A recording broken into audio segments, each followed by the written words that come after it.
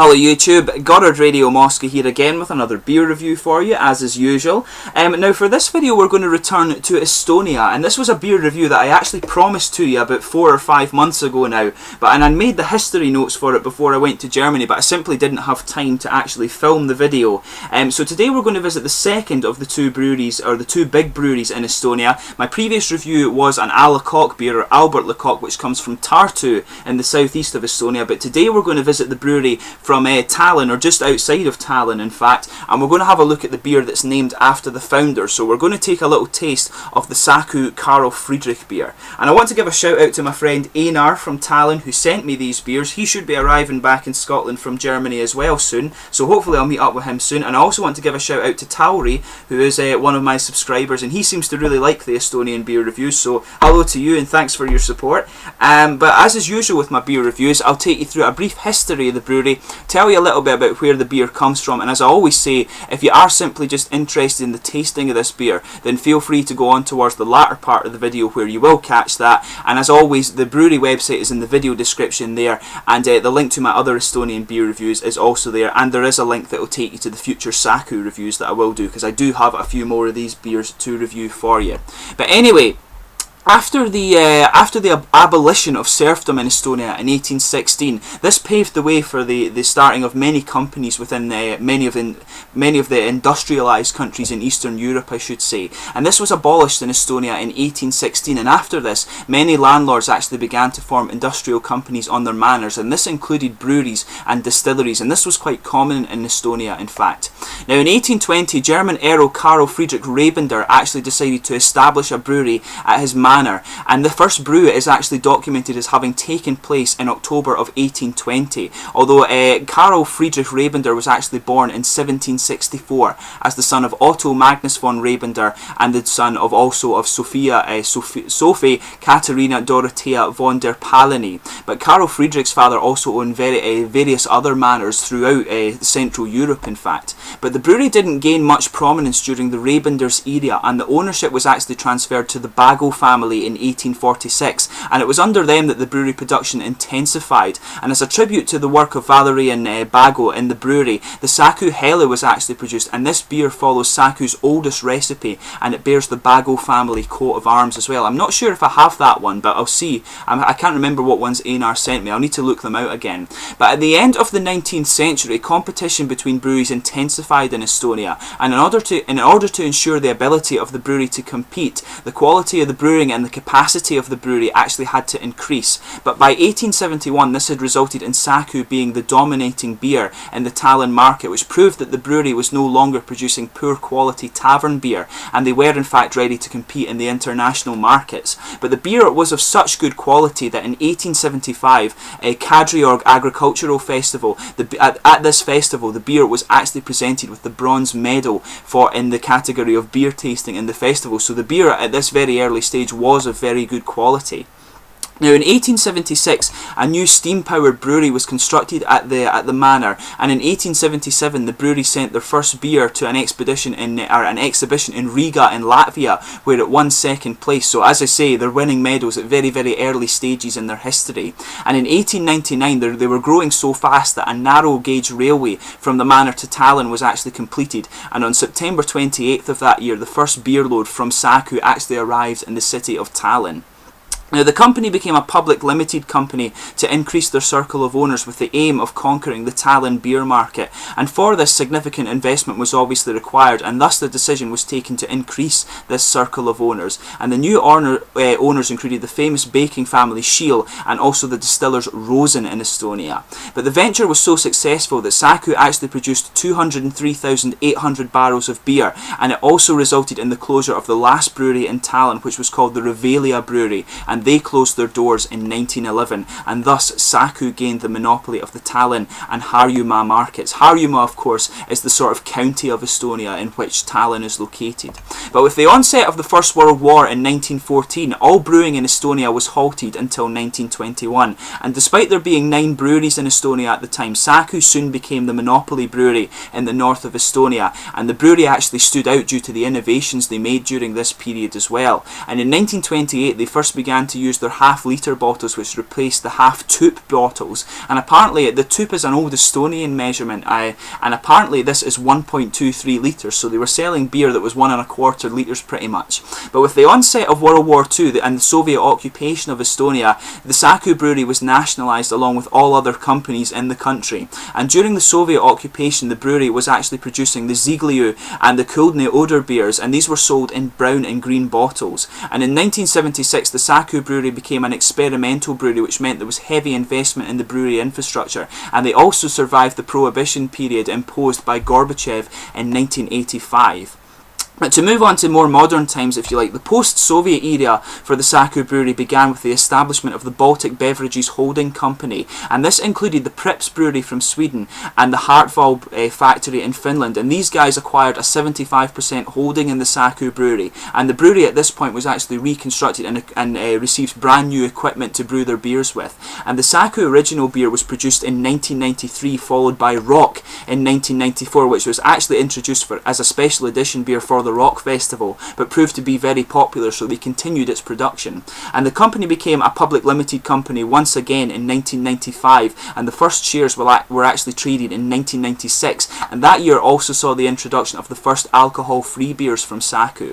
The following year, in 1997, the brewery redesigned their label art for all their beers except the relatively young Rock beer, and the shares of the company were moved from the free market, and they were relisted on the secondary list of the Tallinn Stock Exchange in 1998, and the following year in 1999 the brewery introduced their ice beer, which gained popularity very, very quickly in Estonia.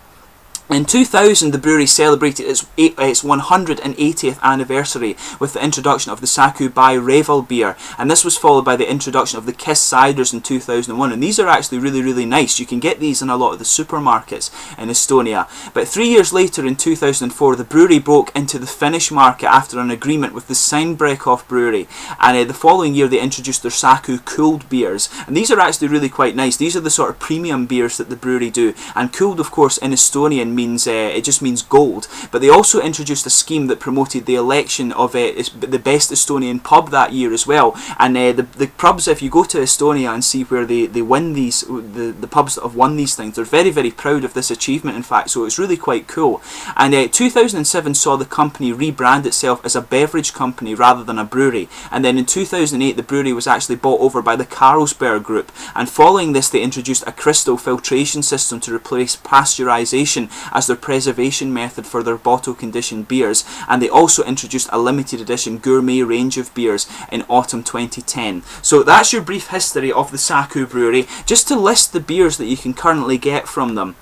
You get the Saku Cooled, the original, the Helle, which is the Czech master brewer, which is the one from the Czech master brewer, as I mentioned earlier in the history, Valerin Bago. You have the Tumi, which is a strong dark beer, the Pilsner, the Porter Special Brew. Apparently this one is aged for 12 months, and of course Baltic Porters are a very nice type of beer, in fact, and a lot of the new craft breweries in America and all over the place try and replicate this style. You have the Karl Friedrich, which is this guy here, the Rock, which as I mentioned was introduced for the Rock Festival in Estonia. You have the home brew, which is the Kodu Ulu, and that's a really, really nice beer actually. I hope to review that one for you when I go back to Estonia. You have the Saku on Ice, the D-Light, which is the flavoured beer series. You also have the Radler, and then you have the series of world beers as well, and I think at the moment it's Manchester, Dublin and Tokyo that you'll find in these beers. And apparently from what Einar told me, these beers change all the time. When I was in Estonia they had Saku Le Mans, which was actually a Weiss beer, and that was a really, really nice one. I wish I could have got that one and reviewed it for you, but these three beers change all the time. I think every year they produce 3 of these beers and then they take away the least popular one and replace it with a new recipe, which is quite cool. It keeps their range sort of fresh, if you like. And they also have the Taurus, which is a Bock beer, and the final beer is their Presidente 8, which is a Pilsner. And they also actually produce Mudu, which is a mead beer, and it's the tradition in Estonia to drink mead around the holidays. So this is what they do that one, and I'm pretty sure Einar sent me a bottle of that one, so I will review the Saku mead for you, or the Mudu, as in the future. But let's get this guy open and get on with the tasting here. This one is a 5% sort of premium lager beer, if you like, or a premium pilsner, however you want to describe it. I'll just bring up the camera and let you have a little look at the label here, and on the brewery website, when you look at the description of this guy here, actually, it says that the key sort of thing with this beer to the flavour is the simplicity of it. So it should be quite an interesting one to try. But as you can see on the label here, there's Karl Friedrich on the bottle there, a nice old picture of him kind of working on his manor premises with a nice tankard of beer in his hand. You can see just under the top here, it has his signature KF Rebender, Karl Friedrich Rebender, which is quite cool. And of course, this is the standard sort of Saku bottle top that's on this one here. And if I remember rightly, the different beers do have different bottle tops. So let's get this guy open and get on with the tasting here. As I mentioned, it's a 5% premium lager, and as they say, this is the key characteristic of this beer is apparently its simplicity. So let's get this guy open and get on with the tasting here. As you can see, a nice little smoky opening there, but let's get it out into the glass. You can smell that kind of typical Estonian bread. When I've reviewed Baltic beers for you before, these guys always seem to have this kind of typical Baltic bready character, and you really need to try it for yourself and see if you can pick it up, because it really is the sort of trademark ingredient of these beers, if you like. So give some Baltic beers a try and see what you think. You'll see what I mean. But the smell, as you can see, it's poured really nicely. It's actually slightly hazy, in fact. If I put my fingers behind that, you can probably see through it. I'm not sure if that's maybe just stuff coming around the glass like condensation, but it looks quite heavily carbonated. It's got a bit of one finger frothy white head. It actually looks like quite a German beer, to be honest, but with a name like Karl Friedrich, you'd maybe expect that. But yeah, it's a lot of carbonation kind of coming up there. I would describe that as quite a rich golden straw colour, to be honest with you. So a deep golden straw colour maybe is the best way to describe that, and a nice white head, quite a bit of visible carbonation in it. But in terms of the aroma with this guy, yeah, definitely quite a typical malty, the sort of Baltic-y bready malts, as I mentioned to you, that are the trademark of a lot of Estonian beer brands, and indeed in Riga, or in Latvia, sorry, and Lithuania as well. But yeah, a big sort of kind of malty, bready aroma, in fact, and there's a good bit of kind of cereal in there too, I think. But it's got a sweet smell of sort of grassy hops as well, and maybe just a little bit of citric character in the background. But you're getting that typical sort of Baltic-y sweet bread taste, and that's one thing you should try if you go to Estonia, is the rye bread. In Estonia they have this really beautiful rye bread, and it's quite a common thing in the diet. The Estonians tend to eat a lot of kind of beef and potatoes and bread and stuff like that. Their food's actually really nice. It's definitely worth trying if you go to the country. Don't just eat British food or American food or whatever. Try their own stuff. But yeah, as I say, the typical aroma, it's got the typical aroma, this beer, of the sort of Baltic, the typical Baltic-y bready malts, and it's got a little bit of sweetness to it, in fact, and you're getting the kind of typical grassy hops with a little bit of citric character in there. Maybe even it's a little bit floral. Maybe a little bit floral, but the main thing that is sticking out with the aroma on this guy is the sort of bread, as I say, the typical Baltic-y bread malts. But let's give it a taste and see how we get on.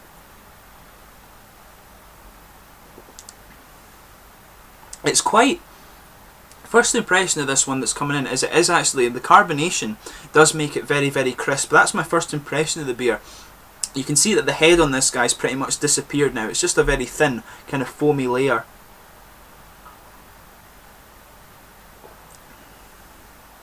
But it's very refreshing, that's the first thing. But the taste with this one,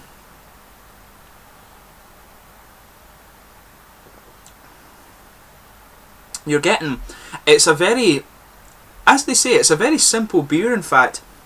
You're getting just a little bit of kind of sweet malts, and there is an underlying bready character there, but it is actually quite subtle. It's more subtle than the aroma would have you believe. It's quite prominent in the aroma, along with the grassy hops at the end, which I would say the aroma does give you an impression of how prominent the hops are in the beer, but not really of the bread. There's a good blend in the aroma between these kind of two extremes, if you like, but it's more a hoppy beer than a malty beer, this one, I would say.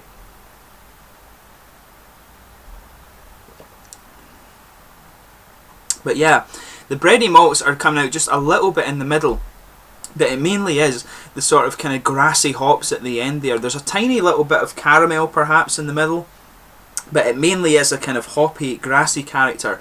The bread, in fact, is kind of more apparent in the aftertaste, I would say. You're getting just that kind of bready character on the sort of edges of the tongue, and you're getting mainly the grassy hops just on the middle of the tongue.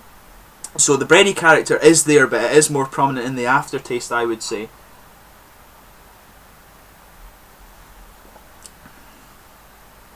Yeah, the bread is definitely more apparent in the sort of end of the beer, which is quite unusual, I would say. Usually with a lot of beers that are like this, you get the bready malts kind of in the beginning. They'll start sweet and then they'll come out more in the middle, but this one's quite interesting because the bread malt, as I say, is coming out more on the aftertaste. But there's quite a nice little bit of hoppy bitterness on the finish with this one, but it's a big, really, the flavour of this guy is that it's a big kind of grassy, hoppy Pilsner beer, really. That's the best way to describe it.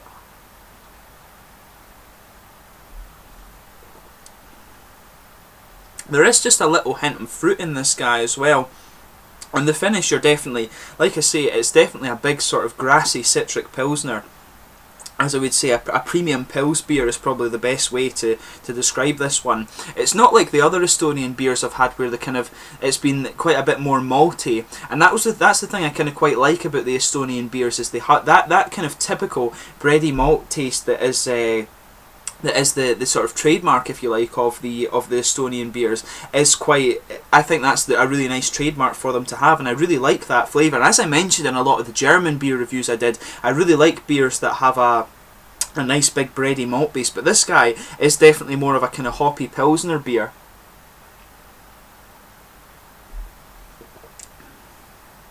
But yeah, I would say the mouthfeel of this guy, it is quite light-bodied, and obviously that's typical of a sort of premium Pilsner beer. It's got, the carbonation is quite moderate, but it does help make it a very, very crisp beer. It's very, very refreshing and easy, and it's very easy drinking, in fact. It does have a slightly little bit of dry character in the middle. But overall, you know, in terms of a macro Pilsner beer, this guy is actually quite good. You know, if I had the choice of this out of, you know, a lot of the ones we can buy here, I probably actually would buy this beer. But yeah, I think this is the one. There's a lot of beers in Estonia that you can pick, which I would describe as tasting beers, but this one is more of a kind of session beer where you can sit down and drink a few of them. And I actually don't think they sell this one on tap so often in Estonia. I think it tends to be, they have beers that are specifically brewed for that. You get the Saku and the a la coque. They don't tend to brew the Saku Karl Friedrich. You don't tend to see it on tap in cask, but if I'm wrong with that, Estonians, please correct me on that. But it's overall, this guy, in terms of a macro Pils beer, it's a very, very nice one, I would say. Out of the choices of some of these ones you can get, like Veltins and Bitburger, this one kind of does actually stand out a little bit, I would say, because it does have that, just a little hint of that kind of the aftertaste. It does have a nice little hint of the sort of typical Baltic-y bready malt base that comes out on the aftertaste. That's what makes it stand out a little bit. And if you do like that sort of thing, if you want a more, this guy I would recommend if you want a more hoppy Pils beer, a more hoppy macro Pils beer. From what I remember, this guy actually does have a little bit more of a hop character than many of the macro Pils beer. But overall, it's a fairly good macro lager. In terms of lagers, it's quite like many of the Baltic lagers you'll find are out. In fact, like I say, it's a little different because it's a little bit more hoppy, but it has a little bit of complexity for a lager also. Like I say, the unusual bit is that the bread malt comes out at the end, and you do have just a little hint of caramel in there too. But it's mainly a grassy, hoppy Pilsner beer, and I actually quite like it. I look forward to going back to Estonia and having more of these. In fact, maybe if I go to Sweden or Finland, in fact, I might do some of the booze cruises. It's quite funny because in Estonia they have the statistics say that they're the hardest drinkers in Europe, but it's because all the Finns and Swedes go to Estonia, buy the cheap alcohol, and then go home. So maybe I'll do a beer run and get some of these guys if I go to Sweden. But yeah, overall it's a very, very nice sort of macro lager. Definitely give a chance, give some of these Estonian beers a chance. I think they're really, really nice beers, so go and check them out. Go and visit Estonia. It's a really, really cool place to go and visit. And well, I hope you've enjoyed this beer review. I'm not quite sure what more to say on it. There will be more Estonian beer reviews, so please subscribe if you're interested in that sort of thing. Now that I'm back in Scotland, I have access to various nationalities of beers. I won't just be sticking to German beer all the time as I was before. But thanks again for watching my beer reviews. If you happen to have tried this guy, please let me know in the comments section your own thoughts on this beer. Always interesting to hear that. Please like, subscribe, share, all the usual YouTube stuff. I hope you've enjoyed my review of the Saku Karl Friedrich, named after the brewery founder, of course. But I'll catch you soon with another beer review, and please subscribe like I say. Cheers.